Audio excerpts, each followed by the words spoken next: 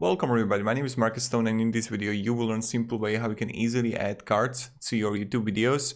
So let's start. First, what you want to do is just click on videos, choose whatever video you got, and then right here you're going to see cards. It's right here, click on it. Voila, here in the editor, and you can just easily add a card, video or playlist or channel. Create a card, and now I can just easily take it and paste it wherever I want, right? Really simple, really easy.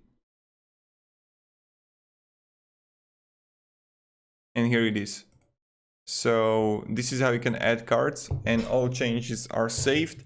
If you have any questions, ask me down below in the comments. I'll be really happy to help you and provide you some guidance, some support and things like that. You know how it works. So thank you, have a great day, and see ya. Goodbye.